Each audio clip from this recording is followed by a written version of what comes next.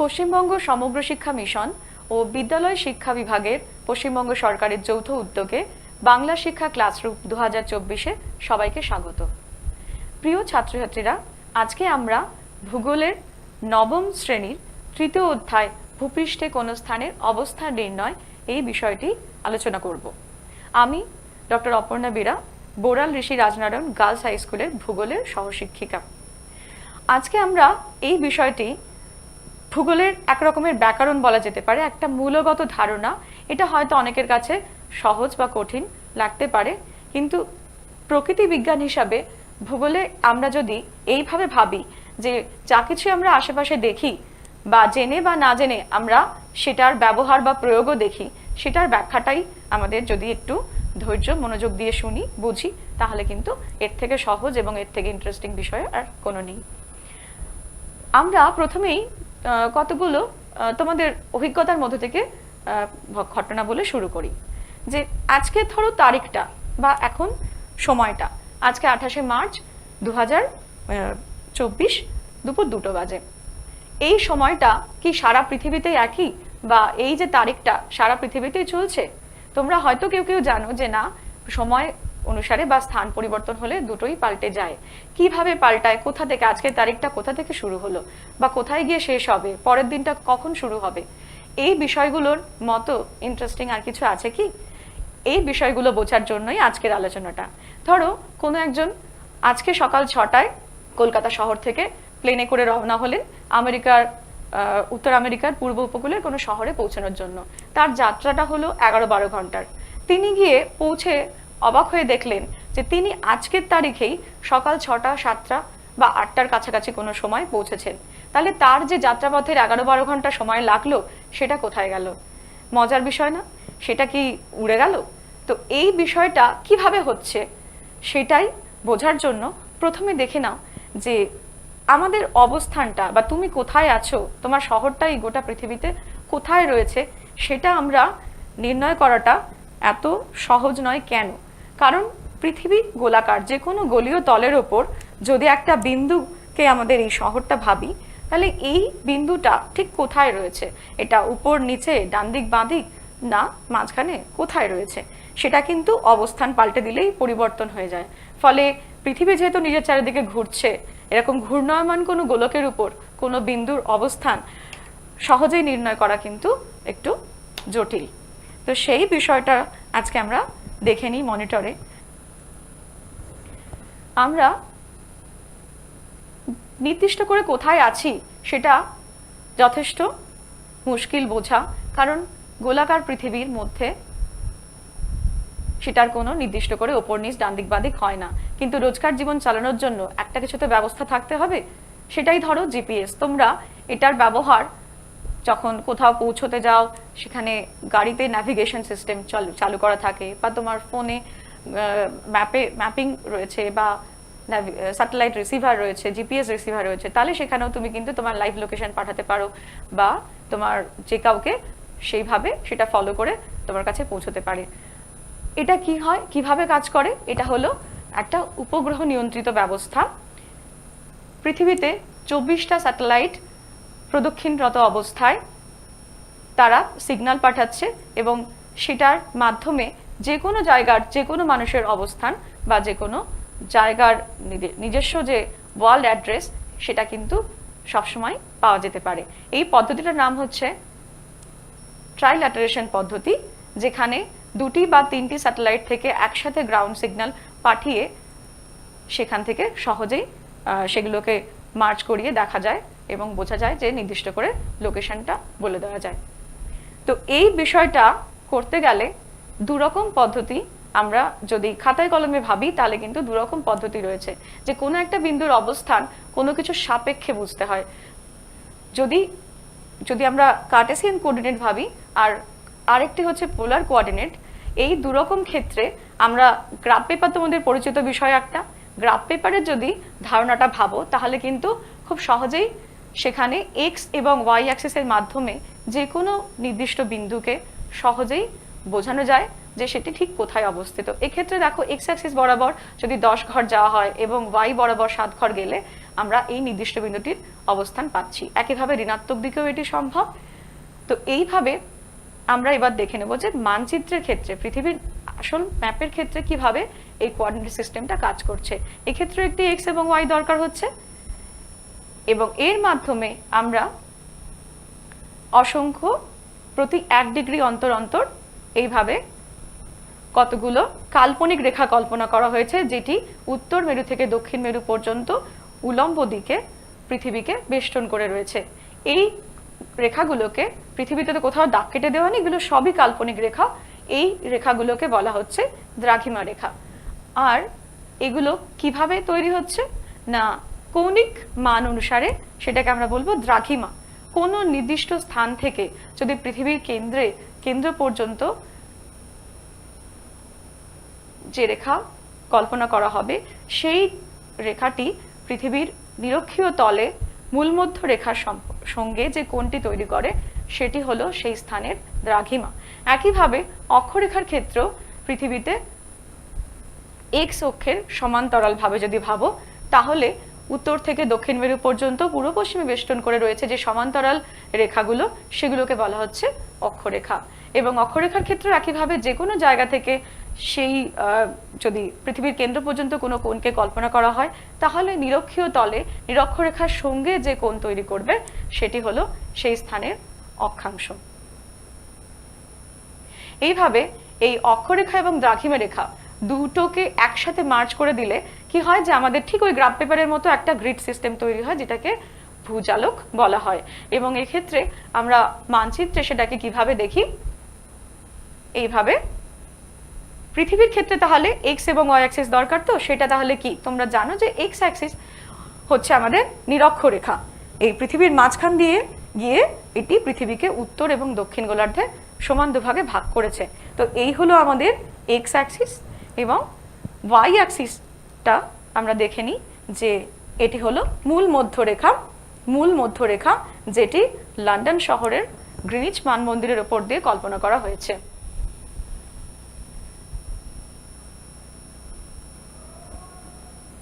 তো এইভাবে এক্স এবং ওয়াই অ্যাক্সিস নির্দিষ্ট করার পর আমরা আগেই যেটা দেখলাম যে ভৌগোলিক যে জালক গ্র্যাটিকিউলস, সেগুলোকে কল্পনা করার পরে যেটা দাঁড়ায় যে কোনো বিন্দুর অবস্থান খুব সহজ করে নির্দিষ্টভাবে পৃথিবীর ওপর দেখা যায় বা বোঝা যায়। এইভাবে আমরা পৃথিবীতে 0 ডিগ্রি থেকে শুরু করে, অর্থাৎ মূল মধ্যরেখা থেকে শুরু করে অপরদিকে 180 এবং আরেক গোলার্ধে আরও 180, মোট আমরা 360টি দ্রাঘিমা রেখা কল্পনা করি। আর একইভাবে নিরক্ষরেখা থেকে শুরু করে উত্তর মেরু পর্যন্ত 90টি এবং দক্ষিণ মেরু পর্যন্ত 90টি, মোট 179টি অক্ষরেখা কল্পনা করি। সব মিলিয়ে যেটা দাঁড়ালো সেটা হলো নিরক্ষরেখার ওপরের অর্ধাংশটাকে আমরা কিভাবে বলবো, যে সেটি হচ্ছে উত্তর অক্ষাংশ এবং দক্ষিণের অংশটাকে বলবো দক্ষিণ অক্ষাংশ। তেমনি একইভাবে পূর্ব দিকের অংশটাকে আমরা বলবো পূর্ব দ্রাঘিমা এবং পশ্চিমের অংশটাকে বলবো পশ্চিম দ্রাঘিমা। এইভাবে দেখা যাক একটা উদাহরণস্বরূপ যে এই যে জায়গাটি, সেটির অক্ষাংশ এবং দ্রাঘিমা নির্দিষ্ট করে দেখানো যেতে পারে। এইভাবে পৃথিবীতে যে কোনো জায়গার অক্ষাংশ এবং দ্রাঘিমা নির্দিষ্ট করে বোঝানো যাওয়াটা সম্ভব। এবার এতক্ষণ যে আলোচনাটা হলো, সেটা সহজে মনে রাখার জন্য কতগুলো সাধারণ রোজকার আমাদের হাতের সামনে থাকা জিনিসগুলোকে রিজেম্বলস করতে পারো। যে এই যে একটি লেবুর যে কোয়াগুলো, সেগুলো দেখো আমাদের কতটা দ্রাঘিমা রেখার মতো। এবার ধরো একটি পেঁয়াজকে মাঝখান থেকে ভাগ করলে আমরা এই যে নিরক্ষীয় তল পাচ্ছি, সেটা যেমন, তেমনি তোমরা জানো যে পেঁয়াজের মধ্যে অসংখ্য গোল গোল রিংয়ের মতো দেখা যায়। তো সেগুলোকেও তোমরা অক্ষরেখার মতো করে ভেবে নিতে পারো। তো যাতে গুলিয়ে না যায় যে কোনগুলো দ্রাঘিমা রেখা কোনগুলো অক্ষরেখা, তার জন্য এই দুটো পরিচিত বিষয়কে মাথায় রেখে দেওয়া যেতে পারে। এবার আমরা পরবর্তী বিষয়টায় যাই, যে এই অক্ষরেখা দ্রাঘিমা রেখা তো বুঝলাম, এবার এগুলোর গুরুত্ব কি? গুরুত্ব তো প্রচুর আছে। অবস্থান নির্ণয় ছাড়াও অক্ষরেখার আরেকটি প্রধান বিষয় হচ্ছে যে পৃথিবীতে কোনো জায়গা তার অক্ষাংশ অনুযায়ী সেই জায়গার কিন্তু জলবায়ু নির্ধারিত হয়। তার কারণ কি? যে সেই জলবায়ুর যে প্রধান বৈশিষ্ট্য সেই অনুযায়ী পৃথিবীকে আমরা তাপমণ্ডলে ভাগ করে থাকি, ভাগ করে আলোচনা করি বোঝার সুবিধার্থে। যেহেতু নিরক্ষীয় অঞ্চলটা এমনভাবে পৃথিবীর যে 23.5 ডিগ্রি অক্ষের যে হেলানো অবস্থান, সে কারণে নিরক্ষীয় অঞ্চলটায় দেখা যায় যে সারা বছরই সূর্যের সরাসরি রশ্মিটা পড়ছে এবং এই অঞ্চলটা সবচেয়ে বেশি গরম হচ্ছে। তাই এইটিকে বলা হচ্ছে উষ্ণমণ্ডল, অর্থাৎ 0 ডিগ্রি থেকে 23.5 ডিগ্রি উত্তর এবং 23.5 ডিগ্রি দক্ষিণ অক্ষাংশ পর্যন্ত।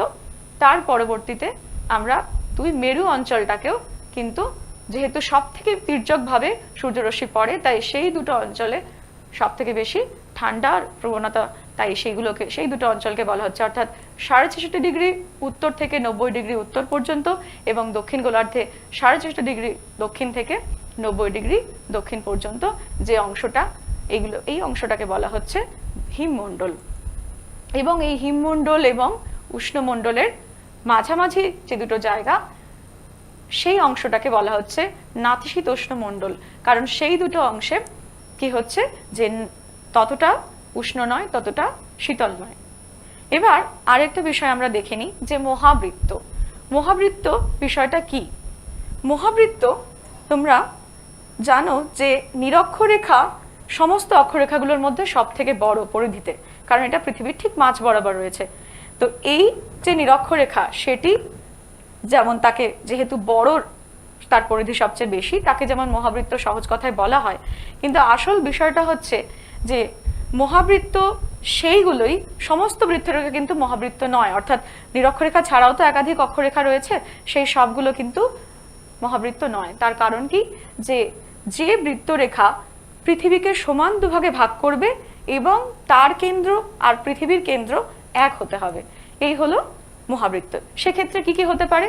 যে নিরক্ষরেখার সাথে সাথে দেখো এই যে মূল মধ্য রেখা এবং তার ঠিক উল্টো দিকে এই 180 ডিগ্রি দ্রাঘিমা রেখা, সেই দুটোকে যদি আমরা একসঙ্গে ভাবি, এইভাবে যদি দুটোকে একসঙ্গে দেখি, তাহলে এই দিক থেকে এই দিক পর্যন্ত এই যে একটা পূর্ণবৃত্ত তৈরি করছে, সেটা হলো মহাবৃত্ত। এরকম ভাবে প্রতিটি দ্রাঘিমা রেখা এবং তার বিপরীত দ্রাঘিমা একসাথে কিন্তু মহাবৃত্ত তৈরি করছে।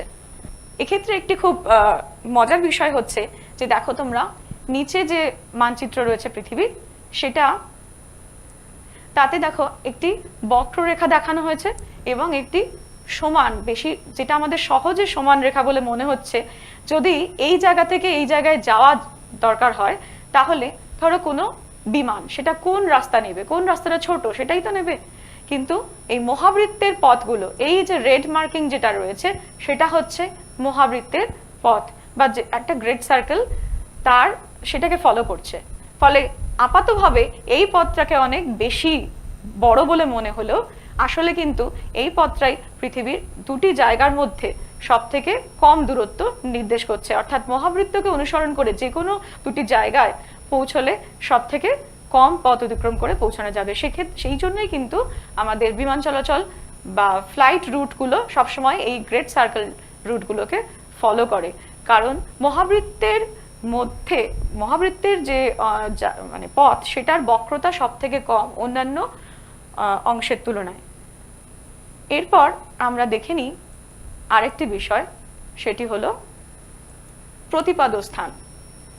প্রতিপাদ্য স্থানের যে বিষয়টি, সেটি হচ্ছে ধরো পৃথিবীর মধ্যে যে কোনো স্থান, সেই স্থান থেকে যদি কাল্পনিকভাবে আমরা কোনো একটি শলাকার মতো জিনিসকে পাস করিয়ে দিই, তাহলে সেটি পৃথিবীর কেন্দ্রকে ভেদ করে ঠিক অপর প্রান্তে যেখানটায় যে জায়গাটায় সেই ভূপৃষ্ঠকে স্পর্শ করবে, এই জায়গাটি এবং সেই জায়গাটি হলো এক পরস্পরের প্রতিপাদ্য স্থান।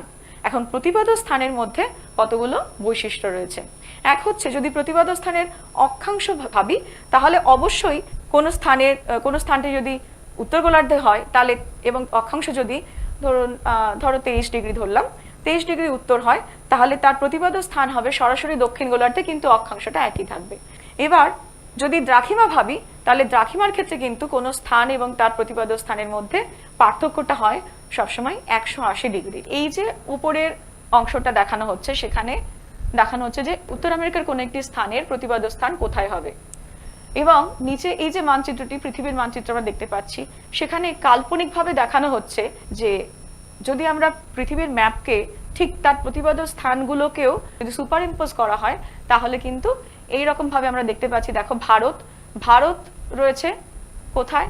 এই জায়গাটায়, অর্থাৎ দক্ষিণ আমেরিকার চিলির কাছাকাছি যে সমুদ্র, সেখানে কোন একটা জায়গায় তার প্রতিপাদ্য স্থান আসছে। এইভাবে প্রতিটা ক্ষেত্রেই দেখো যে কোনটা কার প্রতিপাদ্য স্থান এই মানচিত্রে কাল্পনিকভাবেই সেটা দেখানো হচ্ছে, সুপার ইম্পোজ করে দেখানো হয়েছে। এর পরবর্তী আলোচনায় আমরা দেখে নিই যে সময়, স্থানীয় সময় এবং প্রমাণ সময় ব্যাপারটা কি। স্থানীয় সময় যদি আমরা দেখি, তাহলে পৃথিবীর সর্বত্র কিন্তু এই যে আলোচনাটা দিয়ে আমরা শুরু করেছিলাম যে সর্বত্র কি এই কলকাতায় এখন যে সময়টা, সেটা পৃথিবীর সর্বত্র চলছে, তা কিন্তু নয়।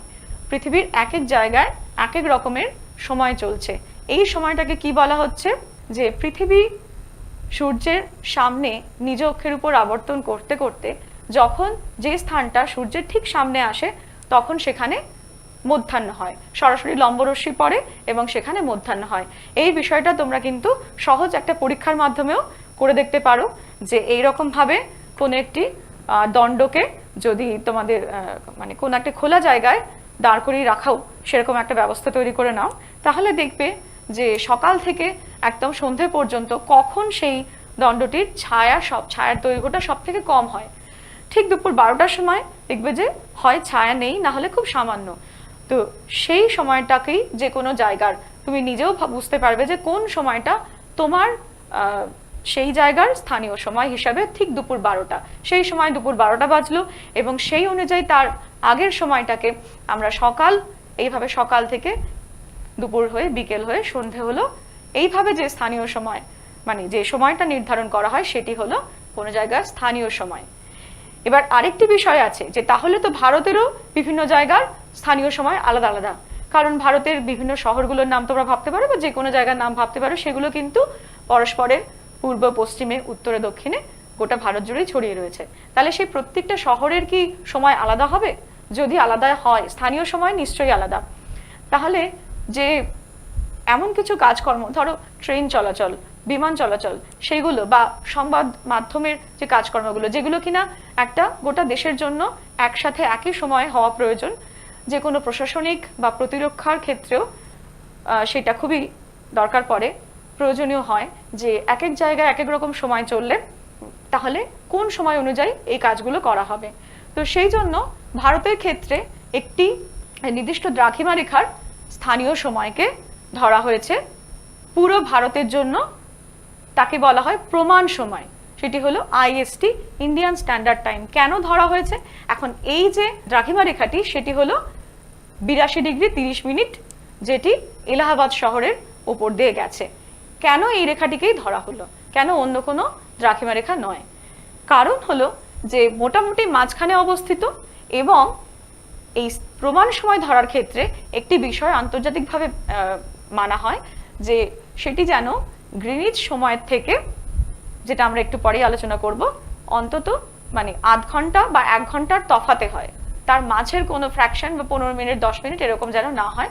সেই জন্য দেখা গেল যে এলাহাবাদ শহরের এই দ্রাঘিমার স্থানীয় সময়কে সারা ভারতের জন্য প্রমাণ সময় ধরা হলে সেটা কিন্তু কি হচ্ছে, যে গ্রিনিচের সময়ের থেকে ঠিক পূর্ণ সংখ্যায় বেশি হচ্ছে। তো এক্ষেত্রে সমস্ত শহরের স্থানীয় সময় না ধরে আমরা ওই এলাহাবাদ শহরের স্থানীয় সময়কে সারা ভারতের জন্য প্রমাণ সময় হিসেবে ভাবছি। এরপর এটিকে যদি আমরা সারা পৃথিবীর ক্ষেত্রে কি হয় তাহলে দেখি, যে পৃথিবীর ক্ষেত্রে কিন্তু যে মূল মধ্য রেখা, অর্থাৎ সেই রেখার যে স্থানীয় সময়, সেটাকে বলা হয় GMT বা গ্রিনিচ মিন টাইম। এই গ্রিনিচ মিন টাইমে আরো যে সমস্ত মানে এই দ্রাঘিমা 0 ডিগ্রি মূল মধ্য রেখা বরাবর আরো যে দেশগুলো পড়ে, সেগুলোতেও কিন্তু এই সময়টা তারা GMT অনুযায়ী চলে। কিন্তু এরপর একটা বিষয় আছে, যে এই জিএমটির থেকে যত পূর্ব দিক অর্থাৎ গ্রিনিচ থেকে মূলমধ্য রেখা থেকে মধ্য দ্রাঘিমা রেখা থেকে যত পূর্ব দিকে যাওয়া যাবে তত সময় এগোতে থাকে, কারণ যেহেতু পৃথিবী পশ্চিম থেকে পূর্ব দিকে ঘুরছে তাই সময় পূর্ব দিকের দেশগুলোতে আগে সূর্যোদয় হয়, সে কারণে সময় এগিয়ে থাকে। আর পশ্চিম দিকের দেশগুলোতে অর্থাৎ পূর্ব দিকের দেশগুলো জিএমটি প্লাস টাইমে এবং পশ্চিম দিকের দেশগুলো জিএমটি মাইনাস টাইম ফলো করে। এক্ষেত্রে কতগুলো সমস্যা তৈরি হয়, যেমন যে এই যে প্রত্যেকটা ক্ষেত্রেই সময় পরিবর্তন হয়, সেক্ষেত্রে সেই সমস্যাটা মেটানোর জন্য যেমন একটা উদাহরণ হিসেবে এখানে দেখতে পারি যে এক্ষেত্রে দেখানো হচ্ছে যে গ্রিনিচের উপর যখন মধ্যাহ্ন হচ্ছে, যখন ঠিক দুপুর 12টা বাজছে, সেই সময় দেখো বিভিন্ন শহরের কিন্তু এক এক রকম সময় বা বিভিন্ন স্থানের সময়টা এক এক রকম। যত পূর্ব দিকে যাচ্ছে সময়টা ধীরে ধীরে বাড়তে থাকছে, বা যদি গ্রিনিচে দুপুর হয় তখন পূর্ব দিকের স্থানগুলোতে বিকেল হচ্ছে, বিকেল থেকে সন্ধে হচ্ছে। তাহলে এইভাবে ঠিক সময়ের হিসাবটা তাহলে কিভাবে পাল্টাচ্ছে, সেটা হচ্ছে পৃথিবী যেহেতু গোলক, কোনো গোলকের কৌণিক মান হচ্ছে 360 ডিগ্রি, এই 360 ডিগ্রি পৃথিবী ঘোরে নিজ অক্ষের চারিদিকে ঘুরতে সময় নেয় 24 ঘন্টা। এইভাবে যদি ঐকিক নিয়মে তোমরা অঙ্কটা কষে নাও তাহলে দেখতে পাবে যে 360 ডিগ্রি ঘুরতে 24 ঘন্টা লাগলে তাহলে কি হয় যে প্রতি 15 ডিগ্রি ঘুরতে সময় লাগে 1 ঘন্টা, এবং সেইভাবেই প্রতি 1 ডিগ্রি ঘুরতে সময় লাগে 4 মিনিট। এইভাবে পৃথিবীতে তাহলে প্রতি 1 ডিগ্রি অন্তর অন্তর সময় পাল্টে পাল্টে গেলে তাহলে কিভাবে সেই সময়টা নিয়ে কাজ চালানো যাবে, সেই জন্য একটি বিষয়ের অবতারণা করা হয়েছে, সেটি হলো টাইম জোন। এই টাইম জোনটা কি ব্যাপার, যে যেহেতু বললাম যে 15 ডিগ্রি অন্তর অন্তর 1 ঘন্টা করে সময় পাল্টে যায় বা 1 ঘন্টা সময় লাগে, সেই কারণে গোটা পৃথিবীকে এই 360 ডিগ্রিকে যদি আমরা 1 ঘন্টা করে করে ভাবি তাহলে প্রতি 15 ডিগ্রি অন্তর অন্তর এক একটা আমরা টাইম জোনকে পাবো, এবং এইভাবে 24টা টাইম জোন সারা পৃথিবীকে কভার করছে। এক্ষেত্রে কি হচ্ছে যে কোনো এক জায়গা থেকে ধরো রাত 12টার পর সকাল শুরু হচ্ছে, সকাল 6টা বাজে, আবার তারপরে দুপুর 12টা, সন্ধে 6টা হয়ে আবার রাত 12টা বাজলো। তাহলে এক্ষেত্রে কি হলো যে কোথা থেকে শুরু হচ্ছে কোথায় গিয়ে শেষ হচ্ছে সেই বিষয়টা কিন্তু পরিষ্কার হচ্ছে না, এবং এইভাবে এগোতে থাকলে দেখা যাবে যে পূর্ব দিকে সময় বাড়ছে, ফলে যোগ করতে করতে গেলে এবং পশ্চিম দিকে গেলে সময় বিয়োগ করতে করতে গেলে কোথায় গিয়ে মানে কোনো একটা জায়গা এমনও আসবে যেখানে গিয়ে এই যোগ বিয়োগের ফলে কি দাঁড়াবে যে ঠিক 24 ঘন্টা তফাৎ হয়ে যাবে। দেখা যাবে যে ঠিক কোনো একটা জায়গায় 24 ঘন্টা মানে আজকের যে তারিখটা ঠিক কমিয়ে কমিয়ে পূর্ব দিক থেকে পশ্চিম দিকে গেলে দেখা যাবে ঠিক আগের দিনের তারিখে পৌঁছেছে, কিন্তু সময়টা একই। তাহলে এই বিষয়টাকে পরিষ্কার করে ঠিকঠাক করার জন্য যাতে নির্ভুলভাবে সেটাকে বিষয়টা বোঝা যায়, সেজন্যই এর পরবর্তীতে আমরা দেখব যে আরেকটি নির্দিষ্ট রেখাকে কল্পনা করে এই বিষয়টাকে সলভ করার চেষ্টা করা হয়েছে। এক্ষেত্রে আমরা দেখতে পাচ্ছি যে পৃথিবীর যে কোনো একটি নির্দিষ্ট সময়ে অর্ধেকটা পৃথিবীর মানে অন্য সময় রয়েছে, পুরোটাই হচ্ছে সেখানে দিন হচ্ছে এবং বাকি অর্ধেকটায় রাত হচ্ছে। এই বিষয়টা যদি আমরা মানচিত্রে দেখি তাহলে দেখতে পাবো যে 24টা টাইম জোনের কথা বলছিলাম, এই টাইম জোনগুলো কিন্তু আবার সব জায়গায় স্ট্রেট লাইন নয়, এগুলো প্রতিটা যে দেশ তাদের নিজেদের সুবিধা মতো যে কোনো প্রশাসনিক অঞ্চল কোনো একটি টাইম জোনের এপারে ওপারে না যায়, তার জন্য তারা কিন্তু এই যে মাঝের রেখাগুলোকে তারা তাদের মতো করে বাঁকিয়ে নিয়েছে, বাঁকিয়ে কল্পনা করেছে আর কি। তো সেক্ষেত্রে আমরা দেখতে পাচ্ছি যে সময় যে ঘড়িগুলো ওপরে যদি দেখো তাহলে কি হচ্ছে যে নিচের থেকে পশ্চিম দিকের সময় কমে যাচ্ছে এবং পূর্ব দিকে ক্রমশ সময় বেড়ে যাচ্ছে, এবং প্রতিটি টাইম জোনের জন্য 1 ঘন্টা করে সময় এগিয়ে বা পিছিয়ে যাচ্ছে। তো এই বিষয়গুলো হতে থাকলে যে টাইম জোন সিলেক্ট করার আরেকটি গুরুত্বপূর্ণ বিষয় হচ্ছে যে কোনো নির্দিষ্ট জায়গা, যেমন একটু আগে আমরা আমেরিকা যুক্তরাষ্ট্রের মানচিত্র দেখলাম এবং এখন দেখছি রাশিয়ার মানচিত্র, যে দেশগুলো পৃথিবীতে পূর্ব এবং পশ্চিমের বিস্তার অনেকটা বেশি, সেক্ষেত্রে কি হয় যে তার একেবারে পূর্ব প্রান্ত থেকে পশ্চিম প্রান্ত পর্যন্ত সময়ের এতটাই তফাৎ হয় যে কখনো কখনো সেটা 11 ঘন্টা, কখনো কখনো 5-6 ঘন্টাও তফাৎ হয়ে যায়। যেমন আমেরিকার ক্ষেত্রে দেখা গেল, অর্থাৎ ইউএস এর ক্ষেত্রে দেখা গেল যে 6টার বেশি টাইম জোন রয়েছে। এবং এক্ষেত্রে রাশিয়ার ক্ষেত্রে যেটা যে মানচিত্রটা আমরা দেখছি সেক্ষেত্রে প্রায় 11টার মতো টাইম জোন সিলেক্ট করা হয়েছে, যাতে করে এই সময় নিয়ে বেশি রকম তফাৎ না হয়। সেজন্য এক একটা অঞ্চল এক একটা টাইম জোনকে ফলো করছে এবং সেইভাবে সময় নির্ধারিত হচ্ছে।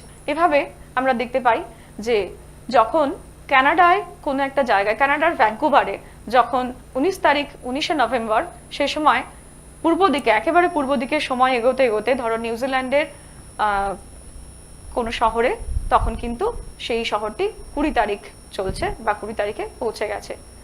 তো এইভাবে যদি সময় এগিয়ে পিছিয়ে যায় তাহলে কোথায় গিয়ে সেটা অ্যাডজাস্টেড হবে। ক্রমশ পৃথিবীর মানে পূর্ব দিকে যেতে গেলে সময়টা বাড়তে থাকবে এবং পশ্চিম দিকে যেতে গেলে সময়টা কমতে থাকবে বা কমিয়ে নিতে হবে। তো এর তো কোথাও একটা শেষ থাকা উচিত যেখানে গিয়ে সময়টা অ্যাডজাস্ট হবে, কারণ পৃথিবীর তো 360 ডিগ্রি এবং 24 ঘন্টায় একবার ঘুরছে, তার বেশি কম তো হবে না। তাহলে এটা কি করা হয়েছে, এখানে যে কোনো একটা দ্রাঘিমা রেখায় কিন্তু গিয়ে থামতে হবে, যেখানে এই ব্যাপারটা অ্যাডজাস্ট করতে হবে।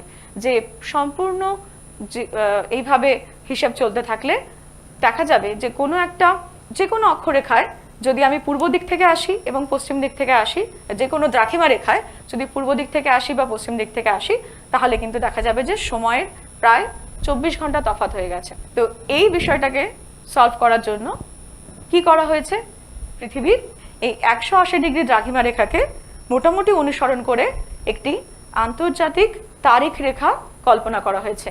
এই তারিখ রেখার ব্যাপারটা কি, যে কেন এই 180কেই ভাবা হলো, কেন অন্য কোনো দ্রাঘিমা নয়? কারণ এক হচ্ছে 180 দ্রাঘিমা রেখাটা প্রায় জলভাগের উপর দিয়ে গেছে, ফলে এক্ষেত্রে এই দ্রাঘিমা রেখা থেকে যদি তীরের পরিবর্তন ধরে নেওয়া হয়, তাহলে কোনো দেশের কোনো অংশের দুটো অংশে দুরকম সময় বা দুরকম দিন চলবে, তারিখ চলবে, সেটা সমস্যা হবে না। এই জন্য, এবং যেহেতু এটি ঠিক মূলমধ্যরেখার, অর্থাৎ যেখান থেকে আমরা সময় গণনা একরকম শুরু করছি ধরে নেওয়া হয়, সেটার ঠিক বিপরীতে রয়েছে, অর্থাৎ কোনো একটা দিন শুরু হয়ে এখানে এসে সম্পূর্ণ পৃথিবীকে অর্ধেক পরিক্রমণ করে এবং ওদিক থেকে অর্ধেক পরিক্রমণ করে এখানে এসে অ্যাডজাস্টেড হবে, এখানে এসে পরিবর্তন হবে। তো এই বিষয়টা একদিকে এই 180 ডিগ্রি দ্রাঘিমা রেখাকে তোমরা এখানে দেখে বুঝতে পারছো যে এটা কিন্তু পুরো ওই দ্রাঘিমা রেখাটাকেই অনুসরণ করেনি। আন্তর্জাতিক তারিখ রেখাটা কোথাও কোথাও সোজা, কোথাও বাঁকা, কোথাও ডান দিকে, কোথাও বাঁ দিকে বাঁকিয়ে নেওয়া হয়েছে। এটা কেন হয়েছে, এখানে একটা মজার বিষয় রয়েছে যে এই আন্তর্জাতিক তারিখ রেখার, আচ্ছা একটা বিষয় এখানে বলে নিই যে যেটা নিয়ে একটু কনফিউশন হয়, সেটা হচ্ছে যে আমরা ভৌগোলিক যে দিক, মূলমধ্যরেখা তার পূর্ব দিকটাকে আমরা মানে ডান দিকের দিকটাকে আমরা পূর্ব গোলার্ধ বলি। তো এই পূর্ব গোলার্ধটা এখান থেকে এসে এই হচ্ছে পূর্ব গোলার্ধ। আবার এই মূলমধ্যরেখার থেকে যদি আমরা পশ্চিম দিকে যাই, তাহলে এই হচ্ছে পশ্চিম গোলার্ধ। তাহলে এক্ষেত্রে এই রকম জায়গায় যখন রাখা হচ্ছে, অর্থাৎ আন্তর্জাতিক তারিখ রেখাকে তুমি যখন সামনে থেকে দেখছো, তখন কি হবে যে তোমার আসলে যেটা হয়, তোমার ডান দিকে থাকবে পশ্চিম গোলার্ধ এবং বাঁ দিকে থাকবে পূর্ব গোলার্ধ। এবার আমরা দেখে নিই যে এক্ষেত্রে বিষয়টা কি হয়। সেজন্যই দেখা যাবে যে তুমি পশ্চিম থেকে পূর্ব দিকে এলে সময়টা বাড়বে এবং পূর্ব দিক থেকে পশ্চিম দিকে গেলে সময়টা কমিয়ে নিতে হবে। অর্থাৎ সময় বলতে ঠিক সময় নয়, সময়টা একই থাকবে, তোমাকে একদিন বাড়িয়ে এবং কমিয়ে এই সমস্যাটার সমাধান করতে হবে। এবং এই তারিখ রেখাটার যে কতগুলো মজার বিষয় সেটা দেখো, যে প্রথম যে এইখানে যে বাঁকানোটা হয়েছে তারিখ রেখাকে, তার দুদিকে দুটো দ্বীপপুঞ্জ রয়েছে, একটি হলো বিগ ডায়ামিড, একটি হলো স্মল ডায়ামিড। এই দুটো দ্বীপপুঞ্জ কিন্তু খুবই কাছাকাছি, কয়েক কিলোমিটারের মধ্যে, কিন্তু এই আন্তর্জাতিক তারিখ রেখার দুপাশে অবস্থিত হওয়ায় দুটি দ্বীপপুঞ্জর মধ্যে সময়ের তফাৎ প্রায় 21 ঘন্টার কাছাকাছি। তারপরে দেখো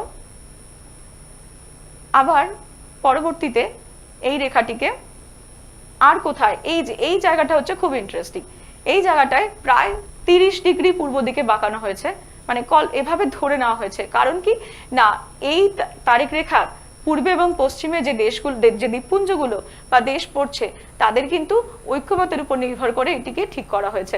অর্থাৎ এখানে দেখা যাবে যে কিরিবাতি দ্বীপপুঞ্জ এবং হাওয়াই দ্বীপপুঞ্জ দুটো প্রায় একই দ্রাঘিমা রেখায় অবস্থিত হলেও তারা কিন্তু দুটো আলাদা টাইম জোনে থাকছে। অর্থাৎ কিরিবাতি থাকছে এই টাইম জোনে এবং হাওয়াই থাকছে সম্পূর্ণ অন্যটা। অর্থাৎ দুটো একই জায়গায় অবস্থিত অংশতেও কিন্তু 24 ঘন্টা তফাৎ থাকবে। এবং এই জায়গাটাতে কি হবে, যে যদি কোনো প্লেন একবার এই জায়গাটাকে ক্রস করে, তাহলে খুব মজার ঘটনা ঘটবে, যে কিছু কয়েক ঘন্টার মধ্যে 3 বার চেঞ্জ হবে। অর্থাৎ সে যদি 15 তারিখে এই জায়গায় থাকে, 16 তারিখে সে এখানে, আবার এখানে যেই আসবে তার আবার 15 তারিখ হয়ে যাবে। তো এইরকম এই রেখার কল্পনার সাথে সাথে এবং সবার ঐক্যমত্যের সাথে সাথে যেভাবে এঁকে বেঁকে ঠিক করা হলো, তার ফলে কিন্তু অনেক জায়গায় অনেক রকম মজার ঘটনা ঘটে রয়েছে। যেমন স্যামোয়া দ্বীপপুঞ্জ, সেখানেও কি হয়েছে যে একটি দ্বীপপুঞ্জের একটি অংশ এই গোলার্ধে এবং অপর অংশ একটি পূর্ব গোলার্ধে, একটি পশ্চিম গোলার্ধে। অর্থাৎ এমন হয় যে তুমি যদি তোমার জন্মদিন এই দ্বীপপুঞ্জের মানে এই অংশে পালন করে আরেকবার ফেরত গিয়ে আবার তুমি পশ্চিম দিকে গেলে, তাহলে কিন্তু সেই সময়টাকে আরেকবার পালন করতে পারবে সেই জন্মদিনটা। আচ্ছা, এই সমস্ত কিছুর আলোচনার পর যেটা আসে, তোমরা বুঝেইছো যে দ্রাঘিমার সঙ্গে সময়ের যে একটা অঙ্গাঙ্গিক সম্পর্ক রয়েছে।